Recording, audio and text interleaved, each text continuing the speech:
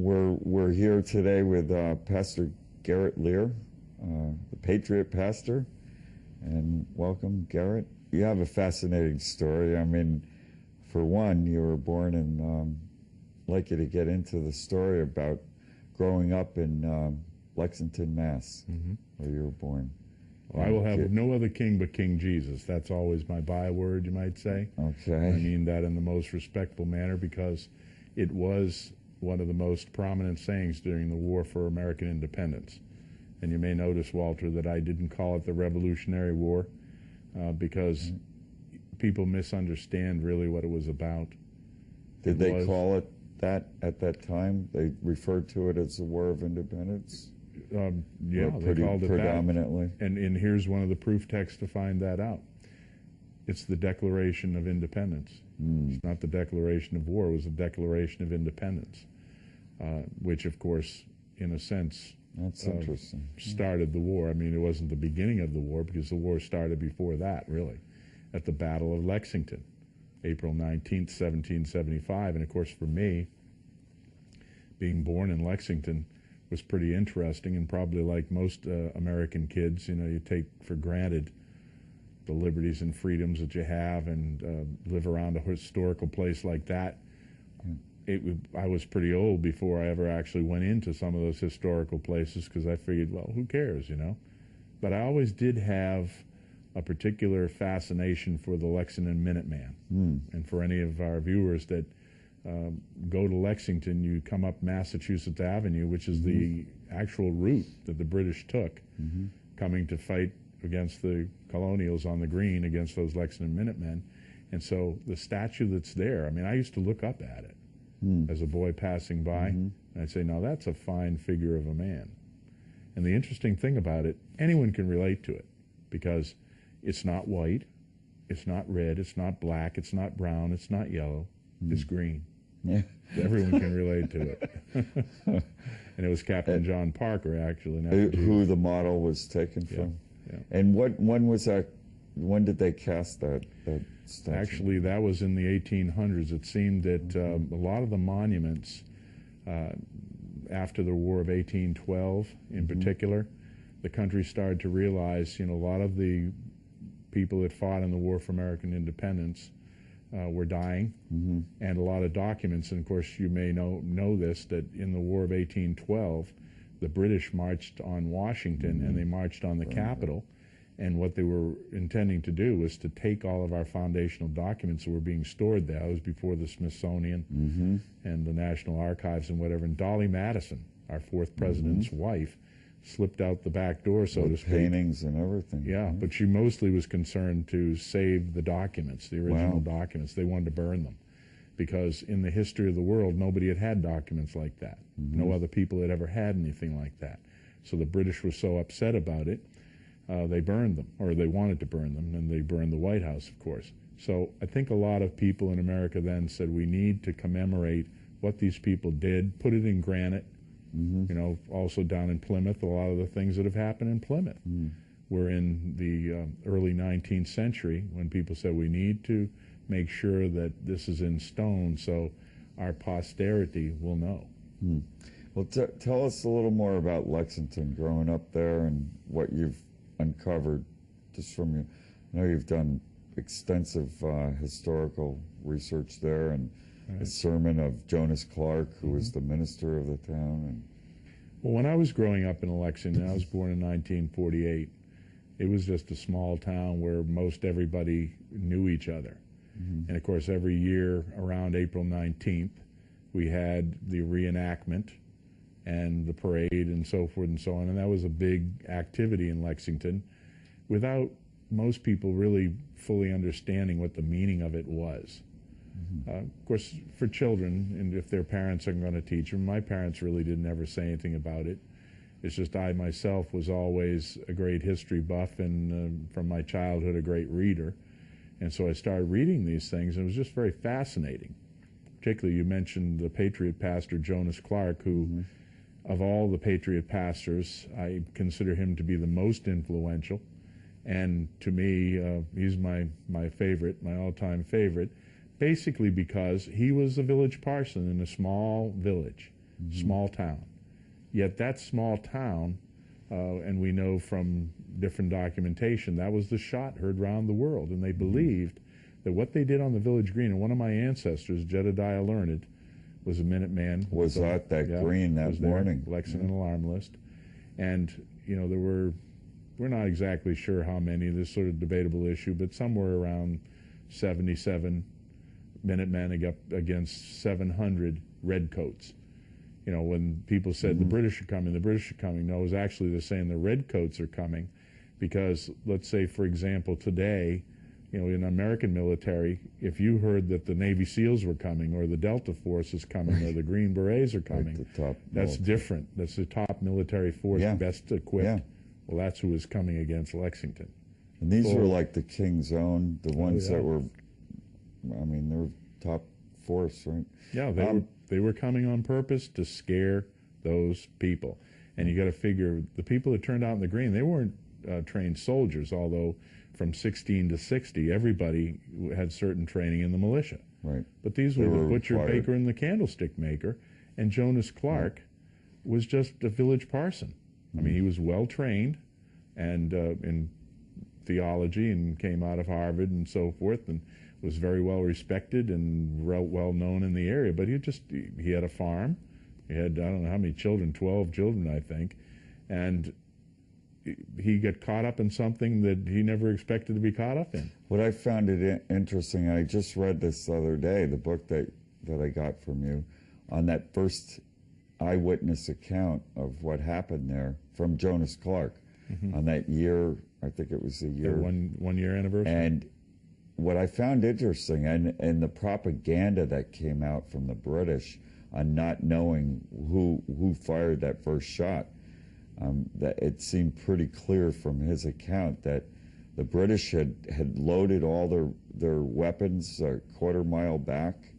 Oh, yeah. And the Minutemen they hadn't loaded theirs yet, had they? Well, they didn't want to fight. And it was one of the British officers that fired that shot. And it was said that it came out of the Buckman Tavern across the street in the that's upper the window. British But right? I believe that the British fired the shot. I mean, with all my heart today, I believe the British fired the first shot and tried to blame it on the colonials. Didn't John Parker tell them they were disbanding them? Well, he actually said to them, "Don't fire unless fired upon, but if they want a war, let it begin here." I mean, the attitude was they knew they were outgunned. Yeah. They knew that they weren't trained like that, and they knew the people were going to die. 8 of them died there in the green. And, of course, the British also did something else pretty nasty. There was a type of bayonet that was really basically outlawed in Europe as being so mean-spirited. It was like a triangular bayonet. Guaranteed that if you got stabbed with that bayonet, you'd have an infection or sepsis and, probably die. What do you mean triangular bayonet? The way the bayonet was shaped. Instead of like a blade, because a lot of blades, when they go in, they can be pulled out and the flesh closes up. But the triangular bayonet leaves a jagged wound, and the British were using it. And it was for no other reason than to scare the butcher, baker, and the candlestick maker into submission. That was what Lexington was about. But see, what they underestimated, I mean, he's paid soldiers coming from England over here. Most of them had never been to the colonies before. And it's not their home. Their home was England. And they came over here and they found out that these people, though they weren't as well trained, they weren't as well equipped, they didn't have good firearms, but they had the motivation. They were fighting for themselves, their families, and for their own homes. And, of course, before the day was done, on April 19, 1775, the British, if it had not been that they had broken ranks and started to run all the way back to Charlestown, I don't think one of them would have survived. Because they started seeing they're behind every tree, they're behind every rock. So it was pretty interesting what happened. And that night before, Jonas Clark, Samuel Adams and John Hancock were at the pastor's home. That's right. That's where they were staying. So that's true. Tell us a little bit about that connection there. Well, John Hancock was actually a relative by marriage of Jonas Clark. Jonas Clark married the granddaughter of John Hancock, who had been pastor in Lexington, who was grandfather to the John Hancock who was the signer of the Declaration. So Mrs. Clark was John Hancock, the signer's cousin. So they were friends. Who influenced who is hard to say, but my belief is that actually Jonas Clark strongly influenced John Hancock, who was a wealthy merchant, by the way, and he was in government. There was really nothing in it for him to go into the colonial cause except to lose his life and lose everything. And he was close friends, but one of his best friends with Samuel Adams. And Samuel Adams was basically known as the father of the American War. You know, they call it American Revolution or American War for Independence. He was the father. He was a great Puritan descendant, very principled man and so forth, not the way some people portray him today. And so they were at the pastor's house, which is kind of interesting by today's standards, because you think, I mean, those two who were, you know, they were disobeying the government, that they were at the pastor's house. Well, not only were they at the pastor's house, the pastor had most of the muskets and everything for people, and practically everybody in the Lexington Minutemen was in his congregation. And John Parker was a deacon in that church. And isn't it true that the colonial churches at that time had racks? They were required by colonial statute to bring their firearms to church with them? Well, all the way back in the Plymouth colony, you would be fined 25 shillings as a slothful Christian if you didn't bring your musket. And basically, I mean, if you think about the situation that they were facing in some of the wilderness areas, and there were, you know, some of the Indians were friendly, and some of the Indians weren't friendly. Oh, it was also like they prepare them for French invasion, and too, French invasion and Spanish invasion and whoever. I mean, obviously to protect your homeland. So also the biblical principle in Luke chapter 22 that self-defense is legitimate. And see, is that when Jesus talked about, you know, sell your cloak and buy a sword? Yeah. I mean, so this was an interesting thing, because there have been some Christians throughout the world that have not believed that self-defense was legitimate, or opposing an enemy who's trying to kill you or kill your family. And of course, even to this day, certain constitutions, like the New Hampshire Constitution, provides for that protection, that you wouldn't be a good citizen, not only to protect yourself, but also to be called upon. That's where the Minuteman or the alarm list came from. That they had to help each other in those small communities.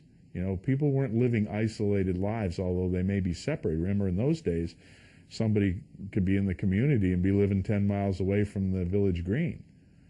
So there would be times where they ring the belfry and they call and say, hey, come and help me. There's a fire. Come and help me. There's an attack. Or come and help me. There's sickness or whatever. So they'd ring the bell and that was the alarm? Right. Okay. Yeah, the belfry was used as an alarm. I mean, there were some other alarms too, and having the riders like John Dawes and Paul Revere and the other riders to send messages out to the people who were too far to hear the bell. Now, what were they doing there that far out? Is it because the British had a price on their head, Sam Adams and Hancock? Well, were they just visiting? That's a very good question. I believe that they were at the point they had been warned. Dr. Warren had told them that the British were coming, the Redcoats were coming, and I believe that they went out to talk to Jonas Clark because he was so influential, not only in his own community, but on all the communities around. And they asked him a question, which is interesting, would give me an indication what their real reason for being there was. And it wasn't just a polite visit. They said, trouble's coming. The Redcoats are on their way. Will your men fight? And he said, yes, of course they will. I've trained them to, and they will fight, which obviously they did, and they fought very valiantly. 8 of them dying on that green that are buried there, actually, even to this day.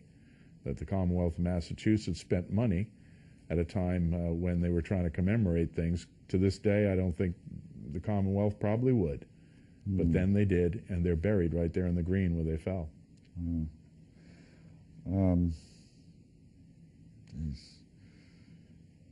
Well, it's a pretty amazing thing. You had mentioned about John Hancock and Samuel Adams about being hung. There was no doubt about it that there was a handsome bounty on their heads.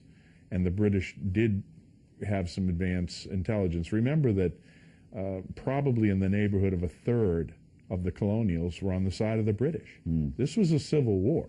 Right. See, people look at it as Right. a war of foreign aggression, but it wasn't. No, civil It was a civil war. They were British subjects. Yeah. And so a third of those of the people were what we would call today, and even then what they called Tories or British loyalists. If you were British, you'd call them loyalists, and if you were a colonist, you'd call them a Tory Right. or a traitor. Right. And they were giving intelligence to the Redcoats, and so they knew that Samuel Adams and John Hancock had gone out to Lexington like that, and it would have been a great capture for them because you would have gotten two of the most important leaders Right. at that point. And what about the Jonas Clark? He was considered part of this black regiment. Is that what the British referred to him as? It was Black known Regiment? Or either the Black Robe Robe Regiment Regiment. or the Black Regiment. And this is kind of interesting because actually Sir Hugo Walpole, who was Prime Minister at the time under George III, actually said to the king, when the king says, well, what's going on here? I mean, you know, these are my colonies. I own them. They're British subjects. What's this trouble? And the Prime Minister said to him, well, my lord, methinks that cousin America has been led astray by, or has run off with a Presbyterian parson. Huh? So that's where the Black Robe Regiment or the Black Regiment came from, because they wore black like I'm dressed in right now. Presbyterian. Well, Mostly basically, Presbyterian. not all, but Congregationalists. the way those that were- the English king looked at it then was because they weren't Anglicans doing this, because all of them were dotting Church their of I's England, and crossing their T's and doing what the king had told them to do, which was to take a license to preach and never preach anything. Oh, that's another thing. You mean you don't need a license to preach? You know. Well, King George said you did. The issue that I would say to any magistrate, okay, and I know that's an old-fashioned word, but you know, any governor, any senator, any president, any congressman, take my hand and take my index finger on my right hand and put my finger on the law. If we look at our Constitution, and we First still have Amendment. the First Amendment says how many laws can Congress make concerning None. None. How many is that? Congress shall make no laws Zero. concerning. Nada, none. And so the issue is, if Congress in some way or some government agency, whether it's the IRS or some bureaucracy, circumvents the intent of Congress and that, and the intent of our Congress or our founding documents like the Constitution, then it's no law at all. It's non-law. And that's what's happened. It's what. And see, the issue considered. is a matter of control, just like in the days with King George. Sure. He wanted to make sure, because what was happening was there were certain preachers, like Jonas Clark for one, Jonathan Mayhew, Samuel West. I mean, there were dozens of them, literally. Some of them were Lutheran, some of them were Puritan or Congregational, some of them were Baptist, some of them were Presbyterian. A few were Anglican, but not many, because the Anglican Church, the Episcopal Church, the head of that church is the king, the King of England, or the Queen of England, as it is today. So they were reluctant to speak against their leader. But the others, and that's why Prime Minister Walpole called it a Presbyterian revolt, I had is heard it. because of the John Knox in Scotland, John Calvin in Europe, and basically what would be called Reformed theology, where they said that any time that a civil magistrate is tyrannical and does not rule according to what the Bible says, then he should be removed. And if you remember, and the history of America actually goes way back in English common law. We can find this, you know, by reading Blackstone's commentary on the law, or, for example, reading a foundational document like the Magna Carta. In the year 1215, on the plains of Runnymede, where a tyrannical king named John, Yeah. King John, was approached by Christian noblemen that said, you will either govern righteously as a righteous civil magistrate according to what the Bible says, or else we'll remove you. And he signed the Magna Carta. And so our founding fathers knew that. They knew the history of governments. They knew they were very well knowledgeable on these things. So there were some who said, no, we will not take a license to preach. And of course, they were preaching things against the king. Well, I'd heard a story from Virginia, you're probably aware of this, and Yeah, the Muhlenbergs. Patrick Henry had come through town, and was watching someone in the middle of town square being whipped with a cat and nine tails. That's right, by the British. Yeah, and the flesh would rip the flesh right off their back with the bits of metal and bone in it. And he wanted to know what this man had done. Yeah, he said, what's the man's crime? Yeah, and he said, well, he wouldn't get a license to be. He was preaching without a license. Yeah. Well, also James It wasn't Madison. a Church of England. Yeah. Well, Today it wasn't we just have a matter of the Church license. Of The license today is a 501c3 pretty much, tax status, and also church permission from the incorporation. IRS, and yeah. Church incorporation. So you don't ascribe to that, and you No, I have don't. I know you have an organization, or I don't. you're part of a movement anyway of unregistered churches, is it? Well, we can be called Free New Testament churches or unregistered churches, and a lot of people don't understand the issue. We believe that there's no reason, there's no law in America that says a church should be incorporated or that a church needs to be licensed, but something changes very radically when it does, and a majority of churches have been sort of sucked into this trap, and now they've taken a voluntary Didn't they muzzle. padlock some of these churches Oh, yeah. that were? Oh, yeah. And see, the issue is once you've signed up for the 501c3 tax exemption recognition, or you've incorporated the church, now you've taken on a group of regulations that you're supposed to uphold. And one of them, of course, is not to speak against public policy, Right. just the same as in the day with And King a George. corporation is actually a creation of the Artificial government. creation. Anyway. Yeah, right. Owes its allegiance to its creator. And so the issue is, and this is how I explain it to people. In fact, the other night I was a chaplain for a political event with a gubernatorial candidate, and they were going to do the Pledge of Allegiance to the flag first. And I said, that's incorrect. And he said, really? But I've always done it this way. And I said, well, then you've always done it incorrectly. And I guess I'm big enough and old enough to say stuff like that to people without any fear, because I know I'm right. And See, the issue what's is, the way they? well, traditional invocation is always first, because who gave us civil government? According to Romans 13 in the Bible, God gave us government. Government didn't give us God. You see? Right. And- Even our Declaration of Independence, it recognizes. Absolutely. And also, by the way, a little earlier in our conversation, we were talking about the Declaration. There's an important point there that many people miss. There's actually 28 different indictments against the British king and the British government that are in the Declaration. But one of the points that's made there is that we're submitting to the world our intentions. In other words, and see, a lot of people don't know that actually the colonies sent the Olive Branch Petition way before the Battle of Lexington, saying, you know, we're not getting along, we haven't gotten along, and I'm just paraphrasing here. We haven't gotten along for a lot of years, but we know that we're British subjects and we're under British common law and so forth. We'd like to work it out. Right. And of course, the Declaration says there was no response. That's not exactly true. There was a response. It was called 700 Redcoats coming up what's Massachusetts Avenue to intimidate them into submission. And then That was the Bunker Hill, response. And Bunker Hill or June Breeds Hill. Yeah. of that year. That's right. So they were submitting themselves to the review of the world, saying, hey, we're standing against a tyrant king, and we want the whole world to know what our intentions and why we're doing it. This was very principled. This was not just like the French Revolution where, you know, the guillotine was invented and Robespierre, he ended up being killed on his own device. And of course, he even said at the end, well, you know, as a government, I guess we're going to have to give the people a God because people need God. But see, in America, it was the reverse. God gave us a good civil government, and it was supposed to be within certain confines. And when it started to go past those confines, then we, the people, were supposed to do something about it. So who was supposed to take the moral high ground to speak? But the church. And that's where the Black Robe Regiment, and I'm glad to say that I am a modern embodiment of the 21st century Black Robe Regiment. I'm doing the same things they did. I stood on the Lexington Green many times. The most recent time, of course, you and I were there, but in 2007 on April 19th, and they wanted me to get a permit. And I said, I'll take the same permit that Jonas Clark had, thank you. Is it because I'm a rebel? No. It's because I know what the freedom and liberty of America is about.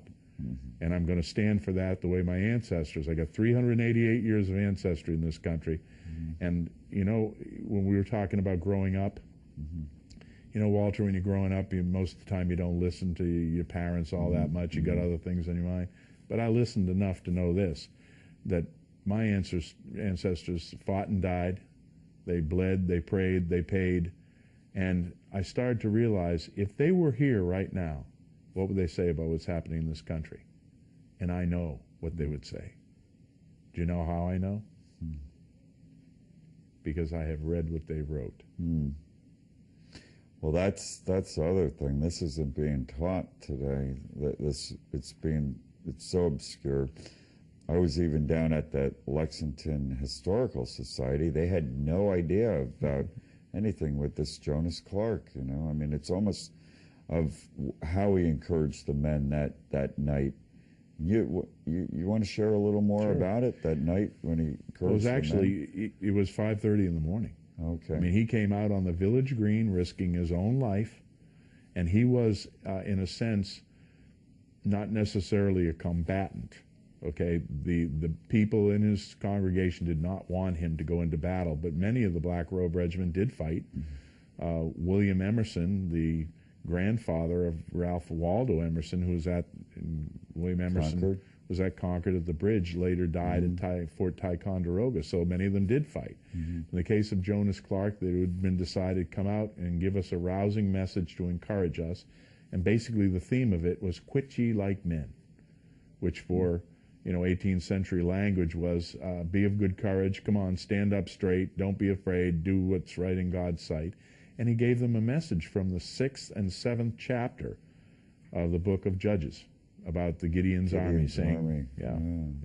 And I have delivered that same message. In fact, that's been recorded and it's on DVD. That's an incredible story. It really is. I mean, it's an incredible story of common people knowing who they were in Christ and knowing what the Bible says and knowing about liberty and freedom and saying we will stand our ground against all opposition. And I'll tell you, Walter, I'm proud to be an American.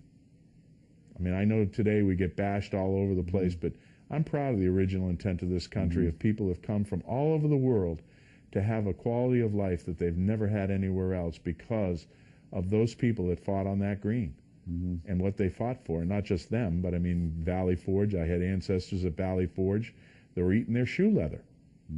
That's another whole story of how the Tories told the British where they could find the supplies that were being saved up for the Continental Army up in Valley Forge. And you can imagine you're practically naked, you're freezing, you're starving, and you're expecting, well, if we get to Valley Forge, we'll be okay. And you get there and find out, without firing a shot, they just took the stuff and went and laughed at them.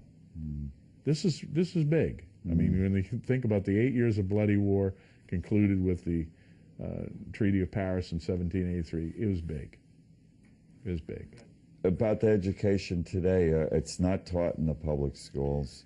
Some of these principles, that's what I find disturbing, is that it's lost, and I don't think it's by accident. It's by device. Design. It's by device and design. And they're obscure, and that that's the principles. These are eternal principles. It's not just something that happened 200 plus years ago, but they're just as relevant today as they are 100 years from now. That's true, because they're about the cause of mankind. That's what Jonas Clark said. From this day forward will be dated the freedom of mankind. This is the cause of mankind. And so today we have people that I'm sure Jonas Clark and others of that era would have said they're traitors because they're revisionist historians. They don't tell the truth of what actually happened because it doesn't fit their sensibility. It's not politically correct. It doesn't work towards a one world government. Doesn't work towards reducing the sovereignty of America. And I believe in a sovereign America, that we make decisions according to what's best for America. Do we want peace in the world? Yes. Do we want to work in cooperation with other nations? Friendship and trade. But not at the elimination of our sovereignty of what's best for America. I mean, I don't want somebody sitting in Antwerp, Belgium, or in Brussels, Belgium, or in Munich, Germany, making decisions for me. For that matter, I can tell you that the way the colonials believed, they believed that town meeting was important. Well, that's what we're decisions trying to we're do. making at town That's meeting. what we're trying to do with this modern day committees of safety, is bring that back to the community and the state level. Well, I appreciate what you're doing, Walter, and I think that using the terminology that was used then is important. There's a historical significance for it, and there's a basis for it, and I am hoping and praying, and I'm dedicating my life, as I know you are, to bringing people back to the principles that have made America strong, the strongest nation on earth ever, and the most free people the world has ever known.